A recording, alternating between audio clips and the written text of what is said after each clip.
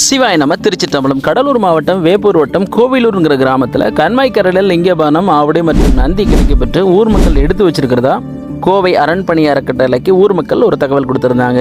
நேரில் போய் பார்த்தா 2.5 அடி அளவுள்ள சிவலிங்கம் மற்றும் நந்தி இருந்தது. ஊர் மக்களோட இணைஞ்சு பக்கத்தில் இருந்த சீமைக்கரை வேலை முற்களை ஜேசிபி வண்டியை வச்சு சுத்தம் செஞ்சு உடனுக்குடனே பீடங்கள் அமைச்சு 20க்கு 11ங்கிற அளவில் மேற்கூரை அமைச்சு